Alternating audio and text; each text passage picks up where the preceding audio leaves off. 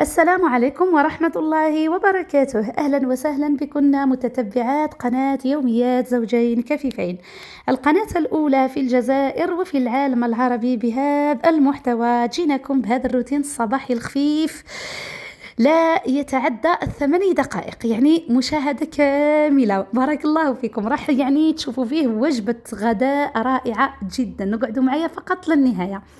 المهم روتين شتوي بامتياز كيما شفتوا، مازلنا ما حليناش النوافذ. واش نقول لكم، قد ما يطلع النهار قد في الشتاء هكذا، يعني قد ما يطلع النهار وخاصة كي يعود الجو مغيم. اليوم الجو مغيم، بديناها على هذا البراس تاع القهوة. ما شاء الله، يعني هذا هو الشيء اللي يميز ايامات العطلة. وهاكم على بالكم راني في العطلة نحاول نطيب لهم الماكسيموم الحوايج اللي ما نقدرش نطيبها واللي تدي الوقت كي نعود في العمل. المهم فقط حبيت نشكركم على تفاعلكم الرائع في الفيديو الأخير، يعطيكم الصحة وبارك الله فيكم، فرحتوني بزاف بزاف. الناس الجدد مرحبا بكم، والقدم نقول لكم يعطيكم الصحة على وفائكم وإخلاصكم ومتابعتكم لي في كل شيء، يعني في السراء وفي الضراء. المهم الفطور تاعنا ها هو البنات، درت مبرجة أبراج كما شفتوا، ودرنا كذلك راح نفطروا على الكرموس بزيت الزيتونة لأنه مليح بزاف بزاف. كما على بالكم بنتي راهي في حالة من نزدرها، فبالتالي راني نحاول ندير لها وصفات هكذا طبيعية وباه ترتاح لي قبل ما نرجع للعمل. يعني رغمتها قلت لها لازم تاكليه بالتحفيز، اكيد يعني بالتحفيز والتشجيع. وكنت كذلك حضرت معكم هذا السيرو اللي كنت حضرت لكم عليه في البث المباشر، اللي حضرته بالبصل. كنت رحيت بصلتين، يعني درت لها كميه مليحه كما نقولوا احنا. رحيت بصلتين ونحيت لهم الماء تاعهم، وزدت معاهم العسل، وزدت معاهم 2 مغالق نتاع روح النعناع، زيت روح النعناع. وتحصلت على هذا القوام وحطيته على الفورنو. البنات الفورنو فيه الدفء العائلي، يعني والله العظيم انا نشتيه خير من الشوفاج. والله العظيم يرجعنا الايام زمان. الفورنو كنا كما نقولوا احنا نستخدموه بكري ككانون ثاني، يعني تقدري تطيبي فيه امور، تحمي فيه الماء كي كانت الناس مازال ما عندهمش الغاز. وفي الارياف كانوا بزاف يبروفيتيو فيه في الشتاء يعينهم يعني. فبالتالي قلت لكم نشتيه انا، يحسسني ديما بهذيك الايام اللي فاتت. هنا هذا هو القوام اللي تحصلت عليه. ندير لها البنات نعطي لها 3 مرات في اليوم. الحق لاحظت تحسن، يعني الحمد لله يا ربي، مع راهي تتناول الأدوية. ونحاولوا بهذه الوصفات الطبيعية إن شاء الله ترتاح لي. هنا البنات طلع النهار لحقت 9:30، هي قلت لهم دوك راح نحل. قلت للزوج تاعي أي خليونا نحلوا، قال لي بارد الحال. قلت له واو والله لازم تتنفس. أنا البنات نشتي نحل والله، أي كما نقولوا احنا كيما كان الجو نشتي نحل، لازم نبدلوا الجو تاع البيت. وبطبيعة الحال رحت ضربت فيها وحدة هنا تاع أوميغا 3، لازم باش الواحد يوقف ويتقوى. الحق صراحة مع الكرموس يعني تحسنت بزاف بزاف، تنحات لي هذيك الفشلة والدوخة هذيك.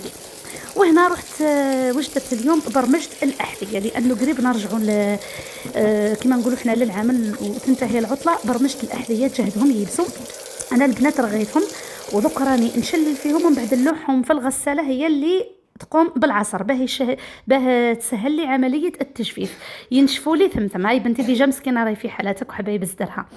هنا الطماطم المجففه حندير، هاو ديجا جاب لي الزوج تاعي الطونه والجبن، ودرت مقارونه بالطماطم المجففه البنات اللي هي رائعه جدا.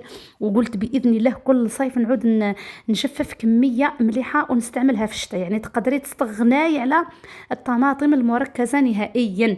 واصلا الطماطم المركزه راهم يخدموها بالطماطم المجففه. هذا هو الشيء اللي استنتجته. هنا البنات المقارونه تاعنا واش درت فيها، درت بصله ودرت سنينه ثوم، قليتهم مع الزبده، خليتهم تقلاو مليح مليح. والطماطم تاعنا المجففه غسلتهم مليح، نحيت لهم هذيك الغبره، ومن بعد درتهم في الماء يغلي ومن 10 دقائق الى ربع ساعه، وحتى كي يوليو طريين. هذاك الماء تاعهم اكيد ما نرميوش، راح يطلق هذاك الملون تاعهم.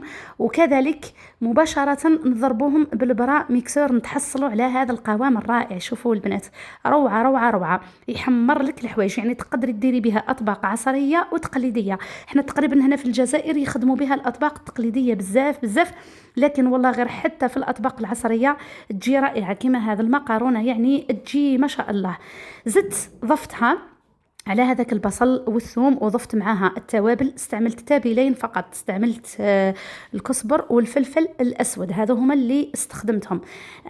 وحركت أكيد كل ما نلوح حاجة كما نقولوا حنا نحرك بعد ما تتقلى، يعني بعد فترة معينة نزيد نلوح حاجة واحدة أخرى.